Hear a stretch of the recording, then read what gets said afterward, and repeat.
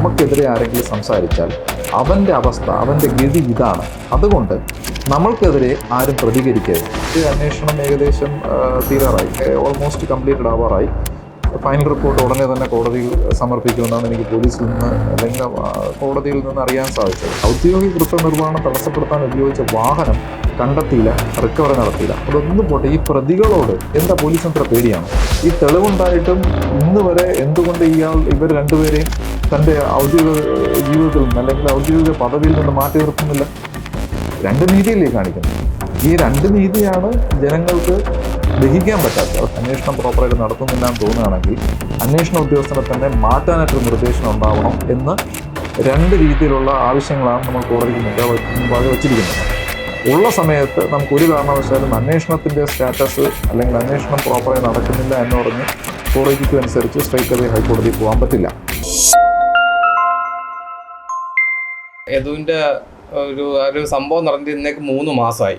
അപ്പം കൂടുതൽ കാര്യങ്ങൾ ഇപ്പോൾ യദുവിനെക്കാട്ടിലും കൂടുതൽ കാര്യങ്ങൾ അറിയാവുന്ന സാറാണ് കേസുപരമായിട്ടുള്ളത്. ഇപ്പോൾ എന്താണ് നിലവിലുള്ള ഇപ്പോഴത്തെ ഒരു കറണ്ട് സ്റ്റാറ്റസ്? 27-ാം തീയതി, അതായത് 3 മാസങ്ങൾക്ക് മുമ്പ് 27-ാം തീയതി രാത്രി 10:30 അടുപ്പിച്ചാണ് ഈ ഇഷ്യൂ സ്റ്റാർട്ട് ചെയ്യുന്നത്.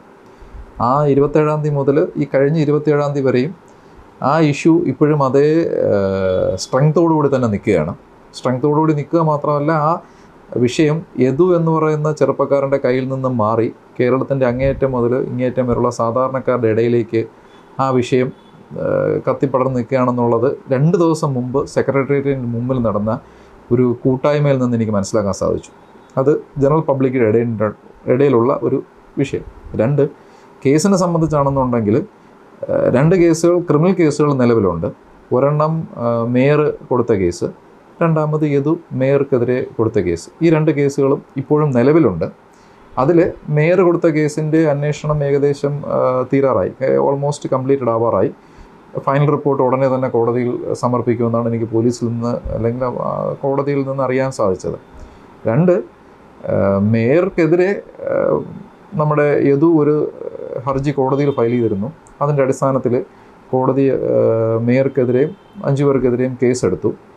ആ കേസിൻ്റെ അന്വേഷണമാണ് നമ്മളെല്ലാവരെയും ഇപ്പോഴും ഈ വിഷമിപ്പിക്കുന്നൊരു സാഹചര്യം. കാരണം അതിനകത്ത് FIR എടുത്തു, അന്വേഷണത്തിൻ്റെ ഭാഗമായിട്ട് എന്തൊക്കെ നടപടികൾ ചെയ്തു എന്ന് ചോദിച്ചുകൊണ്ട് 2 മാസങ്ങൾക്ക് മുമ്പ് യദുവിന് വേണ്ടി ഒരു മോണിറ്ററിംഗ് പെറ്റീഷൻ ഫയൽ ചെയ്തിരുന്നു. അതായത് മോണിറ്ററിംഗ് പെറ്റീഷൻ എന്ന് വെച്ചാൽ അന്വേഷണം ഏതുവരെ എത്തി എന്ന് ചോദിച്ചുകൊണ്ട് കോടതിയിൽ ഒരു ഹർജി ഫയൽ ചെയ്തിരുന്നു. അതിൽ 1 മാസം കഴിഞ്ഞ്, അതായത് ഹർജി ഫയൽ ചെയ്തെന്ന് വരെ ഒന്നും ചെയ്തിട്ടില്ല. ഹർജി ഫയൽ ചെയ്ത സമയത്ത് പറഞ്ഞു കണ്ടക്ടറെ കണ്ട് ചോദിച്ചു. അത് നമുക്ക് എല്ലാവർക്കും അറിയാം. അപ്പോഴാണ് പറഞ്ഞത് കണ്ടക്ടർ ഈ MLA ബസ്സിൽ കയറി എന്നൊരു സ്റ്റാറ്റസ്, ഒരു റിപ്പോർട്ട് അദ്ദേഹത്തിൻ്റെ ഒഫീഷ്യൽ രേഖയിൽ രേഖപ്പെടുത്തിയിട്ടുണ്ട് എന്നുള്ളത് പോലീസ് അന്നാണ് കണ്ടെത്തുന്നത്. അതായത് 1 മാസം കഴിഞ്ഞിട്ട് ഈ മോണിറ്ററിംഗ് പെറ്റീഷൻ പോയപ്പോൾ. അത് കഴിഞ്ഞ് 2 മാസം നമ്മൾ വെയിറ്റ് ചെയ്തു. കഴിഞ്ഞ ആഴ്ച ഏകദേശം 26-ാം തീയതി, അതായത് ഈ 3 മാസം തികയുന്നതിൻ്റെ തലേ ദിവസം നമ്മൾ ഫർദറായിട്ടൊരു മോണിറ്ററിംഗ് പെറ്റീഷൻ ഫയൽ ചെയ്തിട്ടുണ്ട്. ആ മോണിറ്ററിംഗ് പെറ്റീഷനിൽ 2 കാര്യങ്ങളും കൂടെ ആവശ്യപ്പെട്ടിട്ടുണ്ട്. Other than monitoring, status report ചോദിക്കുന്നത് കൂടാതെ കോടതിക്ക് അന്വേഷണം ഒരു തരത്തിലും നടക്കുന്നില്ല എന്ന് തോന്നുകയാണെന്നുണ്ടെങ്കിൽ കോടതി തന്നെ ഈ അന്വേഷണത്തിന് മേൽനോട്ടം വഹിക്കണം. അതുപോലെ ഈ അന്വേഷണം ഇൻവെസ്റ്റിഗേറ്റിംഗ് ഓഫീസർ പ്രോപ്പറായിട്ട് ചെയ്യുന്നില്ല എന്ന് കോടതിക്ക് തോന്നുകയാണെന്നുണ്ടെങ്കിൽ കേസ് ഡയറി വിളിച്ചു വരുത്തിയിട്ട് അന്വേഷണം പ്രോപ്പറായിട്ട് നടത്തുന്നില്ല എന്ന് തോന്നുകയാണെങ്കിൽ അന്വേഷണ ഉദ്യോഗസ്ഥനെ തന്നെ മാറ്റാനായിട്ടൊരു നിർദ്ദേശം ഉണ്ടാവണം എന്ന് 2 രീതിയിലുള്ള ആവശ്യങ്ങളാണ് നമ്മൾ കോടതിക്ക് മുമ്പാകെ വച്ചിരിക്കുന്നത്. അപ്പോൾ കേൾക്കുന്നവർക്കൊരു സംശയം തോന്നാം, ഒരു മജിസ്ട്രേറ്റ് കോടതിക്ക് ഇത്തരത്തിലുള്ള കാര്യങ്ങളൊക്കെ ചെയ്യാൻ പറ്റുമോ ഇല്ലയോ, അന്വേഷണത്തിൽ ഇടപെടാൻ പറ്റുമോ? അന്വേഷണത്തിൽ ഇടപെടാൻ പറ്റില്ല. പക്ഷേ കോടതിക്ക് വാസ്റ്റ് പവറാണ്. മജിസ്ട്രേറ്റ് കോടതിയെ സംബന്ധിച്ചിടത്തോളം തൻ്റെ കീഴിലുള്ള ഇൻവെസ്റ്റിഗേഷൻ നടക്കുന്ന ഓരോ കേസുകൾക്കും ഒരു മജിസ്ട്രേറ്റിനെ സംബന്ധിച്ചിടത്തോളം വാസ്റ്റ് പവറാണുള്ളത്. അതിൽ കോടതിക്ക് സ്റ്റാറ്റസ് റിപ്പോർട്ട് ചോദിക്കാം. സ്റ്റാറ്റസ് റിപ്പോർട്ടിൻ്റെ അടിസ്ഥാനത്തിൽ അന്വേഷണം നടക്കുന്നില്ല അല്ലെങ്കിൽ തൃപ്തികരമല്ല എന്ന് തോന്നുകയാണെന്നുണ്ടെങ്കിൽ തൃപ്തിയായിട്ട് അല്ലെങ്കിൽ നന്നായിട്ട് കേസ് നടത്താനായി മോണിറ്റർ ചെയ്യാം. ഡേ ടു ഡേ അഫയേഴ്സ് അല്ലെങ്കിൽ കേസിൻ്റെ കാര്യങ്ങൾ സബ്സിക്വൻറ്റ് സ്റ്റേജിൽ മോണിറ്റർ ചെയ്യാനുള്ള അധികാരമുണ്ട്. ഇനി അതൊന്നുമല്ല, ഈ അന്വേഷണ ഉദ്യോഗസ്ഥൻ ഇതൊന്നും ചെയ്തിട്ട് കേസ് അന്വേഷിക്കുന്നില്ല എന്ന് കോടതിക്ക് തോന്നുകയാണെന്നുണ്ടെങ്കിൽ അദ്ദേഹത്തിനെ മാറ്റി മറ്റൊരു അന്വേഷണ ഉദ്യോഗസ്ഥനെ നിയമിക്കാനും ബഹുമാനപ്പെട്ട മജിസ്ട്രേറ്റ് കോടതിക്ക് അധികാരമുണ്ട്. ആ അധികാരം ഉള്ള സമയത്ത് നമുക്ക് ഒരു കാരണവശാലും അന്വേഷണത്തിൻ്റെ സ്റ്റാറ്റസ് അല്ലെങ്കിൽ അന്വേഷണം പ്രോപ്പറായി നടക്കുന്നില്ല എന്ന് പറഞ്ഞ് 482 അനുസരിച്ച് സ്ട്രേറ്റ് അവേ ഹൈക്കോടതിയിൽ പോകാൻ പറ്റില്ല. അതുകൊണ്ട് everything is totally covered before the magistrate. അതുകൊണ്ട് മജിസ്ട്രേറ്റ് കോടതിയുടെ മുമ്പിൽ ഇപ്പോൾ ഒരു ഹർജി ഫയൽ ചെയ്തിട്ടുണ്ട്. അത് ശരിക്കും പറഞ്ഞു കഴിഞ്ഞാൽ 27-ാം തീയതിയാണ് അതിൻ്റെ അന്വേഷണ റിപ്പോർട്ട് ഹാജരാക്കാൻ വേണ്ടി കോടതി പോസ്റ്റ് ചെയ്തിരുന്നത്. പക്ഷേ അവിടെയും പോലീസ് ഉഴപ്പ് കാണിക്കുന്നു. പോലീസ് പറയുന്നു നമുക്ക് റിപ്പോർട്ട് കംപ്ലീറ്റ് ആയിട്ടില്ല, അടുത്തൊരു 2 ദിവസം കൂടെ വേണമെന്ന് പറഞ്ഞ് കോടതിയിൽ പെർമിഷൻ ചോദിച്ചിട്ട് 9-ാം തീയതി പോസ്റ്റ് ചെയ്യിപ്പിച്ചു. 9-ാം തീയതി പറയുമ്പോൾ ഇനി വേണം പോലീസിന് ശരിക്കും പറഞ്ഞു കഴിഞ്ഞാൽ ആ പഴയ കേസിനെ എടുത്ത് പൊടി തട്ടി അന്വേഷണം 2 മാസം മുമ്പ് കൊടുത്ത റിപ്പോർട്ടിന് പകരമായി അഡീഷണലി എന്തൊക്കെ ചെയ്തു എന്ന് ഇനിയിപ്പോൾ ആരെങ്കിലും കണ്ട് ചോദിക്കുകയോ തെളിവെടുക്കുകയോ ഒക്കെ ചെയ്തിട്ട് 9-ാം തീയതിക്ക് മുമ്പായിട്ട് കോടതി മുമ്പാകെ ഹാജരാക്കാം. സോ അന്വേഷണത്തിനുള്ള മോണിറ്ററിംഗ് പെറ്റീഷൻ പോകുന്ന സമയത്ത് മാത്രമേ യദുവിൻ്റെ കേസ് പോലീസ് അന്വേഷിക്കുന്നുള്ളൂ. ഇതാണ് ഈ ക്രിമിനൽ കേസിൻ്റെ സ്റ്റാറ്റസ്. അപ്പം ഇതുവരെ ഹൈക്കോടതിയിൽ പോയിട്ടില്ല. അപ്പോൾ ഈ സ്റ്റെപ്പ് ബൈ സ്റ്റെപ്പായി മാത്രമേ മുമ്പോട്ട് പോയാൽ മാത്രമേ ഹൈക്കോടതിയിൽ പോകാൻ പറ്റത്തുള്ളൂ. പോലീസ് അവരെ അന്വേഷണം കറക്റ്റായി പ്രോപ്പറായി ചെയ്തില്ലെങ്കിൽ മാത്രമേ ഹൈക്കോടതിയിൽ പോകാൻ കഴിയത്തുള്ളൂ, അല്ലാതെ അതിന് മുന്നോടിയായിട്ട് പോകാൻ പറ്റത്തില്ല. അതിൽ ഒരു 2 കാര്യങ്ങളുണ്ട്. കേസിൻ്റെ ഇപ്പോൾ 2 ഫാക്ടേഴ്സാണ് നമ്മുടെ മുമ്പിലുള്ളത്. ഒന്ന്, യദുവിനെതിരെ എടുത്തൊരു കേസ് അന്വേഷിക്കുന്നില്ല എന്നൊരു ഫാക്ടർ. 2, 27/4 ശേഷം യദുവിനെ ജോലിയിൽ നിന്ന് മാറ്റി നിർത്തിയിരിക്കുന്നു. ഈ 2 ഫാക്ടേഴ്സാണ് നമ്മുടെ മുമ്പിലുള്ളത്. അപ്പോൾ ആദ്യത്തെ സംഭവത്തെ സംബന്ധിച്ചിടത്തോളം യദുവിൻ്റെ പ്രയർ പ്രകാരം കോടതി ഒരു കേസ് എടുത്തിട്ടുണ്ട്. അത് ജനറൽ പബ്ലിക്കിനെ സംബന്ധിച്ചിടത്തോളം അത് കേസിൻ്റെ കാര്യങ്ങളാണ്. സാധാരണ ജനങ്ങൾക്ക് അതിനകത്ത് യാതൊരു അഭിപ്രായ വ്യത്യാസമോ ഇല്ല, അന്വേഷണം നടക്കുന്ന കാര്യങ്ങളാണ്. പക്ഷേ ഈ ജനകീയ കൂട്ടായ്മ, ഞാൻ തുടക്കത്തിൽ പറഞ്ഞ പോലെ ജനകീയ കൂട്ടായ്മ എന്തിനു വന്നു എന്ന് ചോദിച്ചാൽ, രണ്ടാമത് പറഞ്ഞ വിഷയം, ഒരു താൽക്കാലിക ജീവനക്കാരനായ ഒരു KSRTC ഡ്രൈവറെ തൻ്റെ ഔദ്യോഗിക കൃത്യനിർവഹണം തടസ്സപ്പെടുത്തിയത് ഇവിടെയുള്ള ഒരു സോ കോൾഡ് സിസ്റ്റം, നമ്മുടെ ഭരണ സംവിധാനം ആയതുകൊണ്ട് അദ്ദേഹത്തിന് ഒരു കാരണവുമില്ലാതെ തൻ്റെ ഡ്യൂട്ടിയിൽ നിന്ന് മാറ്റി നിർത്തി. അദ്ദേഹം 30-ാം തീയതി പരാതി കൊടുത്തു. 30/4 പരാതി കൊടുത്തു. അത് കഴിഞ്ഞിട്ട് അടുത്ത മാസം, എനിക്ക് എൻ്റെ ഓർമ്മ ശരിയാണെങ്കിൽ 30-ാം തീയതി കഴിഞ്ഞിട്ട് ഒരു 10 ദിവസം കഴിഞ്ഞിട്ട് 6-ാം തീയതി എങ്ങാണ്ട് വീണ്ടും CMDക്ക് പരാതി കൊടുത്തു, മന്ത്രിക്ക് പരാതി കൊടുത്തു. പിന്നെ 2 മാസം തികയണമെന്ന് 27-ാം തീയതി 2 മാസം തികയണ 27-ാം തീയതി ഗണേഷ് കുമാർ മന്ത്രിക്ക് അദ്ദേഹത്തിൻ്റെ PA മുഖാന്തരം നേരിട്ട് പരാതി കൊടുത്തു.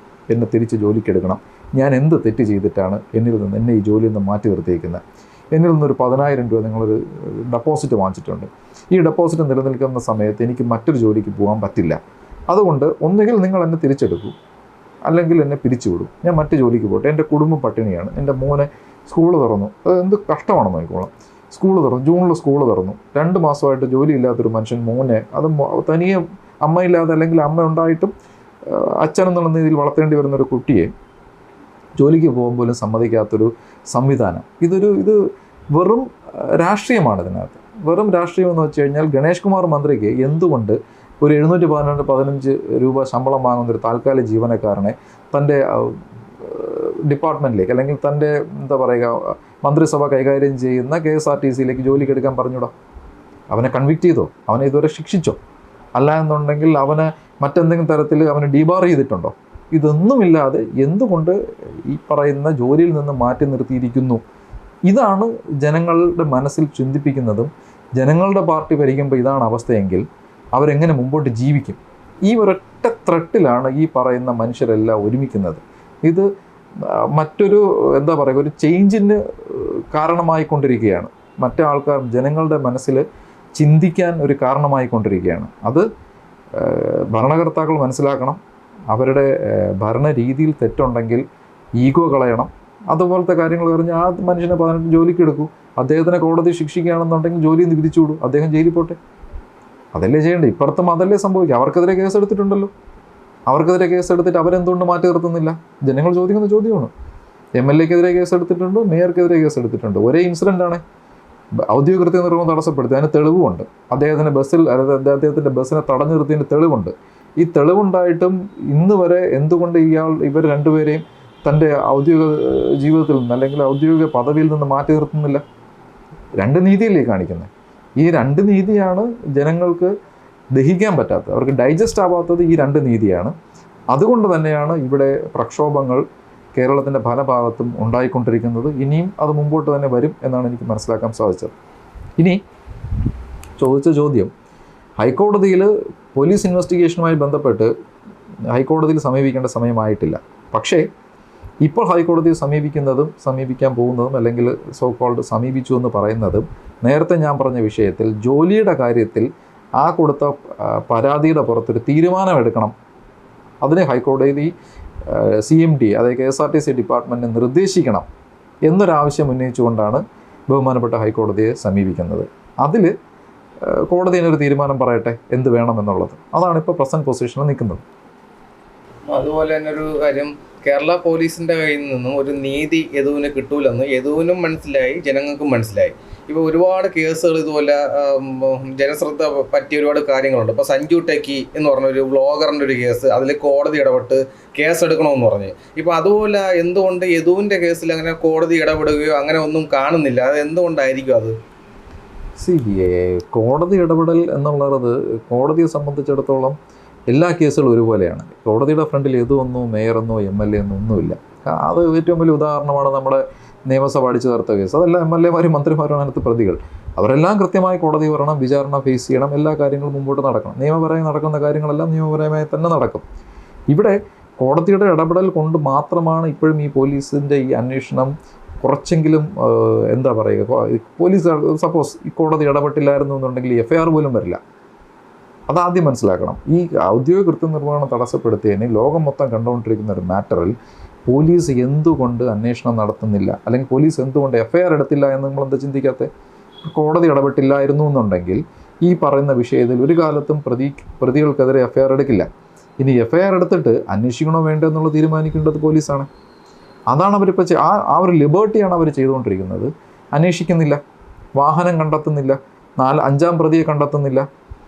മനസ്സിലായില്ലേ? ഈ ഔദ്യോഗിക കൃത്യനിർവഹണം തടസ്സപ്പെടുത്താൻ ഉപയോഗിച്ച വാഹനം കണ്ടെത്തിയില്ല, റിക്കവറി നടത്തിയില്ല. അതൊന്നും പോട്ടെ, ഈ പ്രതികളോട് എന്താ പോലീസിന് ഇത്ര പേടിയാണോ? പ്രതികളോട് എന്താണ് യഥാർത്ഥ വസ്തുത എന്ന് ഇതുവരെയെങ്കിലും പോലീസ് ചോദിച്ച റിപ്പോർട്ട് കോടതി കൊടുത്തിട്ടുണ്ടോ? അവർ അവൈലബിൾ അല്ലേ? എല്ലാ ഫങ്ഷൻസിനും അവരുണ്ടല്ലോ, എല്ലാ വിഷയങ്ങൾക്കും ഈ പറഞ്ഞ പ്രതികളെല്ലാം നാട്ടിലുണ്ടല്ലോ. അപ്പോൾ ഭരണപക്ഷത്തിലിരിക്കുന്ന ആൾക്കാരുടെ വിഷയത്തിൽ ഒരു സാധാരണക്കാരൻ ഇടപെട്ടാൽ ഇതായിരിക്കും അവൻ്റെ അവസ്ഥ എന്നുള്ളതിൻ്റെ ഒരു എക്സാമ്പിളാണ് ഈ നടന്നുകൊണ്ടിരിക്കുന്നത്. നിങ്ങൾ വളരെ സിമ്പിളായിട്ട് കാണരുത് ഈ കാര്യം. കാരണം യദു എന്ന് പറയുന്നൊരു ഡ്രൈവർ, മേയർ എന്ന് പറയുന്ന തിരുവനന്തപുരം സിറ്റി ഭരിക്കുന്ന ആൾ, ഇതിൻ്റെ അകത്ത് ഒതുങ്ങുന്ന വിഷയമല്ല. കഴിഞ്ഞ 3 മാസമായി ഈ യദുവിന് സംഭവിച്ചുകൊണ്ടിരിക്കുന്ന എന്താണ് നിങ്ങൾ മനസ്സിലാക്കണം.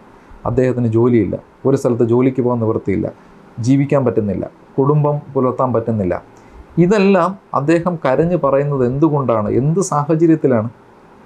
അന്ന് ഈ രാത്രി 10:30 ഈ ബസ് തടയപ്പെട്ടില്ല, ബസ് തടഞ്ഞു നിർത്തിയില്ല, അല്ലെങ്കിൽ 2 മിനിറ്റ് മേയർ വരുന്നതിന് 2 മിനിറ്റ് മുമ്പ് എതു പോയി, അല്ലെങ്കിൽ 2 മിനിറ്റ് താമസിച്ച് എതു പോയി എന്നുണ്ടെങ്കിൽ ഈ വിഷയങ്ങളൊന്നും ഉണ്ടാവില്ല. അദ്ദേഹം ഇന്നും KSRTC തന്നെ ജോലി ചെയ്യും. പക്ഷേ അന്നൊരു ഇൻസിഡൻ്റ് ഉണ്ടായി. അത് ഇവിടുത്തെ സോ കോൾഡ് സിസ്റ്റത്തിൽ റെപ്രസെൻ്റ് ചെയ്യുന്ന ആൾക്കാരുടെ ആയതുകൊണ്ട് യദുവിന് ഈ ബുദ്ധിമുട്ടുണ്ടാവുന്നു. അപ്പോൾ ഇത് ജനങ്ങൾക്ക് കൊടുക്കുന്നൊരു മെസ്സേജാണ്. ഇങ്ങനൊരു സംഭവം ഉണ്ടായാൽ, അല്ലെങ്കിൽ നമുക്കെതിരെ ആരെങ്കിലും സംസാരിച്ചാൽ അവൻ്റെ അവസ്ഥ, അവൻ്റെ ഗതി ഇതാണ്. അതുകൊണ്ട് നമ്മൾക്കെതിരെ ആരും പ്രതികരിക്കരുത് എന്നുള്ളതിൻ്റെ ഏറ്റവും വലിയൊരു എക്സാമ്പിളാണ്, അല്ലെങ്കിൽ ഏറ്റവും വലിയൊരു എന്താ പറയുക ഇൻഡിക്കേഷനാണ് ഈ നടന്നുകൊണ്ടിരിക്കുന്ന യദുവിൻ്റെ ജീവിതം. അത് ഈ കാണുന്ന ആൾക്കാർക്ക്, സാധാരണക്കാരായിട്ടുള്ള കേരളത്തിലെ ആൾക്കാർക്ക് ഇതൊരു പാഠമാണ്. ഒരു രാഷ്ട്രീയക്കാരൻ്റെ അടുത്തും പോയി ആവശ്യമില്ലാതെയോ ആവശ്യത്തിനോ, ഇതിപ്പോൾ ആവശ്യമില്ലാതെയല്ല, സ്വന്തം ആവശ്യത്തിന്, അത് അവരുടെ ഒരു വിൽ പവർ കൊണ്ട് മാത്രമാണ് യദുവിന് ഇത്രയും കാലം പിടിച്ചു നിർത്താൻ പറ്റും. ഈ പാവങ്ങൾക്ക്, സാധാരണക്കാരന്, വോട്ടിട്ട് ജയിപ്പിക്കുന്ന സാധാരണക്കാരന് നമ്മളില്ലെങ്കിൽ അവരാരുമില്ല. അത് മനസ്സിലാക്കാത്ത സാധാരണക്കാരൻ്റെ ബലഹീനതയാണ് അവർ ചോദ്യം ചെയ്തുകൊണ്ടിരിക്കുന്നത്. യദുവിനെ സംബന്ധിച്ചിടത്തോളം യദു ഒരു വ്യക്തിത്വമുള്ള ഒരാളായതുകൊണ്ട് ഇപ്പോഴും ഈ 3 മാസമായിട്ടും പിടിച്ചു നിൽക്കുന്നു. മറ്റാരെങ്കിലും ആണെങ്കിൽ എപ്പോഴേ പോയി കാല് പിടിച്ച് മാപ്പ് പറഞ്ഞ് തിരിച്ച് ജോലി കയറി ജീവിതം മുമ്പോട്ട് കൊണ്ടുപോയി. അദ്ദേഹത്തിൻ്റെ വിൽ പവർ കൊണ്ടും അദ്ദേഹത്തിൻ്റെ വ്യക്തിത്വം കൊണ്ടും മാത്രമാണ് ഇതുവരെയും ഈ കാര്യം ഒരു നടപടിയാവാതെ യദു ഇപ്പോഴും കഷ്ടപ്പെടുന്നതും യദുവിൻ്റെ കഷ്ടപ്പാട് കണ്ട് പലരും സന്തോഷിക്കുന്നതും. ഈ കേസ് ഇപ്പം അവസാനം, അല്ലെങ്കിൽ ഇത് മുന്നോട്ട് പോകുമ്പോൾ മേയർക്കും MLAക്കും അവരെ കൂടെ ഉണ്ടായിരുന്ന പ്രതികൾക്കും തക്കതായ ശിക്ഷ വാങ്ങിച്ചു കൊടുക്കാൻ സാറിന് കഴിയുമെന്ന് വിശ്വസിക്കുന്നു. അഥവാ അങ്ങനെ വാങ്ങിച്ചു കൊടുത്തു കഴിഞ്ഞാൽ എന്ത് ശിക്ഷയായിരിക്കും അവർക്ക് ലഭിക്കുന്നത് ഇതേ തുടർന്നു? ഇതിൽ ഈ ചോദിച്ച ചോദ്യം വളരെ ഇൻട്രസ്റ്റിംഗ് ചോദ്യമാണ്. കാര്യം എന്താണെന്ന് വെച്ചാൽ ഈ കേസിനകത്ത് അന്വേഷണം നടത്തുന്ന പോലീസാണ്. പോലീസിനെ സംബന്ധിച്ചിടത്തോളം ആരെ സാക്ഷിയാക്കണം, ആരെ ഇതിനകത്ത് സാക്ഷിപ്പെട്ടിയിൽ ഉൾക്കൊള്ളിക്കണം, ഏത് തരത്തിൽ ആ കേസ് ഫ്രെയിം ചെയ്യണം, എങ്ങനെ എഴുതണം എന്നുള്ളതെല്ലാം തീരുമാനിക്കുന്നത് അവസാന വാക്കും പോലീസാണ്. ഈ പറയുന്ന സാക്ഷികൾ, ഇപ്പോൾ സപ്പോസ് യദു അതിനകത്ത് വാദിയാണ്, ഇതിനകത്തൊരു കണ്ടക്ടറുണ്ട്. ഈ കണ്ടക്ടർ എന്ന് പറയുന്നത് ഈ DYFI സംഘടനയുടെ ഏതോ ചുമതലയുള്ള ആളാണെന്ന് എനിക്കറിയാൻ പറ്റുന്നത്. അദ്ദേഹം അതിനകത്തൊരു സാക്ഷിയാണ്. അദ്ദേഹത്തിൻ്റെ സാക്ഷിമൊഴി കോടതിയെ സംബന്ധിച്ചിടത്തോളം വളരെ വിലപ്പെട്ടൊരു സാക്ഷിമൊഴിയാണ്. പക്ഷേ അൺഫോർച്ചുനേറ്റ്ലി ഈ സാക്ഷി പറയേണ്ട വളരെ വാല്യുബിളായിട്ടുള്ളൊരു സാക്ഷി മറുവശത്താണ്. അപ്പോൾ എന്ത് സംഭവിക്കും? സ്വാഭാവികമായിട്ട് ബാക്കി കൊണ്ടുവരുന്ന വിറ്റ്നസ്സസും ഈ വിഷയത്തിന് എതിരെ സംസാരിക്കുന്ന ആൾക്കാരാണ് പോലീസ് സാക്ഷിയായിട്ട് കൊണ്ടുവരുന്നതെന്ന് വിചാരിക്കുക. അപ്പോൾ യദുവിൻ്റെ കേസിന് എന്താ സംഭവിക്കുക? സ്വാഭാവികമായിട്ടും അതിനകത്ത് വിജയിക്കാനുള്ള ചാൻസസ് വളരെ വളരെ വളരെ കുറവായിട്ട് വരും. അങ്ങനെ വരുമ്പോഴത്തേക്കാണ് ഈ കേസിനകത്ത് ശരിക്കും നീതികേട് സംഭവിക്കുക. പോലീസ് സത്യസന്ധമായി അന്വേഷിക്കൂ. ഈ ലോകം മൊത്തം കണ്ട സംഭവമാണ്. സത്യസന്ധമായി അന്വേഷിക്കൂ. ആ അന്വേഷിക്കുന്ന വിഷയത്തിൽ നല്ല രീതിയിലൊരു ഫൈനൽ റിപ്പോർട്ട് ഫയൽ ചെയ്യൂ. എന്നും കേരള പോലീസിൻ്റെ അഭിമാനം നിലനിർത്തുന്ന രീതിയിൽ കേസ് അന്വേഷണം നടത്തും. കാരണം 1.5 വർഷം കഴിയുമ്പോൾ ഇലക്ഷനാണ്. ഈ പറയുന്ന ആൾക്കാരൊക്കെ വീണ്ടും ഇതുപോലെ കണ്ടിന്യൂ ചെയ്യുമോ ഇല്ലെന്ന് ആർക്കും അറിയില്ല. ഈ കേസ് ഇന്ന് തുടങ്ങി നാളെ തീരില്ല. ഒരു 2-3 വർഷം കഴിയുമ്പോൾ ഈ നിൽക്കുന്ന ആൾക്കാർ ഏതും ഇവിടെ തന്നെ കാണും. അപ്പുറത്തെ സൈഡിൽ പൊസിഷൻ ഉണ്ടായിട്ടോ ഇല്ലാതെയോ ആൾക്കാരുണ്ടാവും. ഇതെല്ലാം മനസ്സിലാക്കിയിട്ട് പോലീസിനെ സംബന്ധിച്ചിടത്തോളം അവർ മര്യാദയ്ക്ക് അവരുടെ ജോലി ചെയ്താൽ വളരെ നല്ലൊരു റിസൾട്ട് യദുവിന് കിട്ടും. അപ്പോൾ അതുപോലെ തന്നെ മേയർ നേമം മണ്ഡലത്തിൽ മത്സരിക്കാൻ വേണ്ടിയിട്ട് അടുത്ത ഇലക്ഷനിൽ ഇങ്ങനൊരു വാർത്ത കേൾക്കുന്നുണ്ട്. അപ്പോൾ ഈ ഇങ്ങനൊരു കേസ് ഇങ്ങനെ നിലനിൽക്കുമ്പോൾ അവർക്ക് അങ്ങനെ മത്സരിക്കാൻ കഴിയുമോ? നിയമപരമായിട്ട് കോടതിയിൽ പോയി കഴിഞ്ഞാൽ ഇവർക്കത് മത്സരിക്കാൻ കഴിയുമോ? ഈ ഇലക്ഷന് മത്സരിക്കുന്നത് മറ്റു കേസ് നിലനിൽക്കുന്നത് കൊണ്ട് ഇലക്ഷന് മത്സരിക്കാൻ പാടില്ല എന്ന് നിയമ തടസ്സമൊന്നുമില്ല. അവർ ശിക്ഷിക്കപ്പെട്ടിരിക്കണം. ഒരു സർട്ടൻ പീരീഡ് ശിക്ഷിക്കപ്പെട്ട വ്യക്തിയാണെന്നുണ്ടെങ്കിൽ ഡിസ്ക്വാളിഫിക്കേഷൻ ഉണ്ട്. അല്ലാതെ ഒരു ക്രൈമിൽ അങ്ങനെയാണെന്നുണ്ടെങ്കിൽ ഈ പറയുന്ന എല്ലാ MLAമാരും മന്ത്രിമാരും ഒന്നല്ലെങ്കിൽ 2 തരത്തിനകത്ത് ഈ രാഷ്ട്രീയപരമായിട്ട് കേസിൽ ഉൾപ്പെട്ടവരാണ്. അവരെല്ലാവരും ഇലക്ഷൻ നിൽക്കുന്നില്ലേ? അതായത് കാരണം അവർക്ക് അതിനകത്തൊരു പ്രൊട്ടക്ഷൻ ഉണ്ട്. ഈ കൺവിക്റ്റഡ് അല്ലാത്ത ആൾക്കാർ, പ്രത്യേകിച്ച് മോറൽ ടർട്ടിറ്റ്യൂഡിനെ പോലത്തെ കൺവിക്റ്റഡ് അല്ലാത്ത ആൾക്കാർക്ക് സർട്ടൻ പീരീഡിന് താഴോട്ടാണെന്നുണ്ടെങ്കിൽ സർട്ടൻ പീരീഡിനോട് മുകളിലോട്ട് ശിക്ഷിക്കപ്പെട്ടവരാണെങ്കിൽ അവർക്ക് ഇലക്ഷൻ നയിക്കാൻ പറ്റില്ല. കേസിൽ ഉൾപ്പെട്ടു എന്ന് പറഞ്ഞിട്ട് ഇലക്ഷന് മത്സരിക്കുന്നതിന് യാതൊരു തടസ്സവുമില്ല. മത്സരിക്കണം എന്ന് തന്നെയാണ് ഞാൻ പറയുന്നത്. യദുവിന് ഇനി എത്ര നാൾ ഇതുപോലെ മുന്നോട്ട് പോകേണ്ടി വരും? യദുവിന് എന്തായാലും കുറച്ചു കാലം കൂടെ ഇതുപോലെ മുമ്പോട്ട് പോയേ പറ്റുള്ളൂ. ഒന്ന്, യദു പ്രതിയായിട്ടുള്ള കേസുണ്ട്. അത് വിചാരണ നടത്തി ട്രയൽ തീർന്ന് അതിൻ്റെ ഒരു അവസാനം കാണാനായിട്ട് കുറച്ച് കാലം, ഇപ്പോഴത്തെ ഒരു ബാക്ക്ലോഗ് അനുസരിച്ച് കുറച്ച് കാലം എടുക്കും. 2, യദുവിൻ്റെ കേസ് അന്വേഷിച്ച് എത്രയും പെട്ടെന്നൊരു final report, either refer report, അതായത് കളവാണ് അല്ലെങ്കിൽ ഇത് ഇങ്ങനൊരു സംഭവം ഉണ്ടായിട്ടില്ല എന്ന് പറഞ്ഞൊരു റഫർ റിപ്പോർട്ട് കൊടുക്കും, അല്ലെങ്കിൽ ഫൈനൽ റിപ്പോർട്ട് കൊടുക്കും. ഇത് 2 ഓപ്ഷനേ പോലീസിനുള്ളൂ. ഇത് 2-ൽ ഏതെങ്കിലും ഒന്ന് എത്രയും പെട്ടെന്ന് കോടതിയിൽ ഹാജരാക്കിയാൽ ബാക്കി അവിടെ നിന്ന് തുടർ നടപടികളുമായിട്ട് മുമ്പോട്ട് പോകാനായിട്ട് നമുക്ക് സാധിക്കും. അതുകൊണ്ട് യദുവിൻ്റെ ജീവിതത്തിൽ ഈ കേസ് കുറച്ചു കാലം കൊണ്ട് നടക്കേണ്ടി വരും. അവസാനം ഒരു ചോദ്യം കൂടെ. ഇപ്പം ഈ പോലീസുകാരിപ്പം അവർ കറക്റ്റ് അന്വേഷിച്ച് കറക്റ്റാ തെളിവ് കൊടുത്താൽ മാത്രമേ യദുവിന് സത്യസന്ധമായൊരു നീതി ലഭിക്കത്തുള്ളൂ. ഇവർ ഇതിൽ എന്തെങ്കിലും കള്ളത്തരം കാണിക്കുമെന്ന് യദുവിന് നല്ല ഉറപ്പുണ്ട്. അവർ കൊടുക്കുന്നത് മേയറെ രക്ഷിക്കാൻ വേണ്ടിയിട്ടുള്ള രീതിയിലാണ് ഇപ്പോഴും ചെയ്യുന്നത്. ഇനി കോടതിയിൽ കൊടുക്കുന്ന അന്വേഷണ റിപ്പോർട്ട് അങ്ങനെ തന്നെ ആയിരിക്കും. അങ്ങനെ വന്നു കഴിഞ്ഞാൽ അതിനെന്തെങ്കിലും തിരിച്ചൊരു മറുപടിയായിട്ട് എന്തെങ്കിലും വക്കീൽ സാറിന് ചെയ്യാൻ പറ്റുമോ? ഈ പോലീസ് അന്വേഷിക്കുമ്പോൾ പോലീസ് അന്വേഷിക്കുന്നതിൻ്റെ ലീഗൽ ഒപ്പീനിയൻ പ്രോസിക്യൂട്ടറിൽ നിന്ന് എടുക്കും. അതായത് അഡീഷണൽ പബ്ലിക് APPയുടെ നിന്ന് എടുക്കും, ജില്ലാ പ്രോസിക്യൂട്ടറിൽ നിന്ന് എടുക്കും, സിറ്റി പോലീസ് കമ്മീഷണർ അല്ലെങ്കിൽ അതിൻ്റെ ഒരു വിഭാഗമുണ്ട്, അവരിൽ നിന്ന് ലീഗൽ ഒപ്പീനിയൻ എടുക്കും. ഇതെല്ലാം കഴിഞ്ഞിട്ടാണ് ഒരു ഫൈനൽ റിപ്പോർട്ട് ഫയൽ ചെയ്യുന്നത്. അപ്പോൾ ഈ പറയുന്ന സാധനങ്ങൾക്ക് ഫൈനൽ റിപ്പോർട്ട് ഫയൽ ചെയ്യുന്നതിന് മുമ്പ് പോലീസിന് ഇത് ഏത് ദിശയിലോട്ട് പോകണമെന്ന് അവർക്ക് തീരുമാനിക്കാൻ വ്യക്തമായി പറ്റും. കാരണം എങ്ങനെ തെളിവുണ്ടാക്കണം, ആ തെളിവ് വന്നാൽ പ്രതിയെ പ്രതികൂലമായി ബാധിക്കുമോ വാദിയെ പ്രതികൂലമായി ബാധിക്കുമോ ഇതെല്ലാം പോലീസ് നന്നായിട്ട് അറിയാൻ പറ്റും ഈ ഫൈനൽ റിപ്പോർട്ട് കൊടുക്കുന്നതിന് മുമ്പായിട്ട്. അങ്ങനെ വരികയാണെങ്കിൽ ഫർദർ ഇൻവെസ്റ്റിഗേഷൻ, അതായത് കൂടുതലായിട്ട് അന്വേഷിക്കാനുണ്ട് എന്ന് വാദിക്ക് കോടതി മുമ്പാകെ ഹർജി ഫയൽ ചെയ്യാം. അല്ല എന്നുണ്ടെങ്കിൽ വാദിക്ക് സൂപ്രണ്ട് ഓഫ് പോലീസ്, സുപ്പീരിയർ ഓഫീസിനെ സമീപിച്ചിട്ട് ഈ ചാർജ് ശരിയല്ല, ഈ ചാർജിനകത്ത് ഇന്ന കുറ്റങ്ങളുണ്ട്, അതുകൊണ്ട് ഫർദർ ഇൻവെസ്റ്റിഗേഷൻ നടത്തണം എന്ന് പറഞ്ഞ് ട്രയൽ വിചാരണ തുടങ്ങുന്നതിന് മുമ്പ് തന്നെ വാദിക്ക് പറയും പോലെ കോടതിയോ അല്ലെങ്കിൽ സുപ്പീരിയർ പോലീസ് ഓഫീസറെ സമീപിച്ച് അതിനകത്തുള്ള മിസ്റ്റേക്സ് കറക്റ്റ് ചെയ്യാൻ പറ്റും. ഇതെല്ലാം നിയമപരമായിട്ട് ഒരുപാട് പ്രൊട്ടക്ഷൻസ് ഉണ്ട്. പക്ഷേ ഒന്നുകിൽ അന്വേഷിക്കൂ അല്ലെങ്കിൽ അന്വേഷിക്കുന്നില്ല എന്ന് പറഞ്ഞ് റെഫർ ചെയ്ത് തിരിച്ചു തരും. ഇത് രണ്ടും നടന്നാൽ മാത്രമേ വധുവിന് 1 ഇഞ്ചെങ്കിലും മുമ്പോട്ട് പോകാൻ പറ്റുള്ളൂ.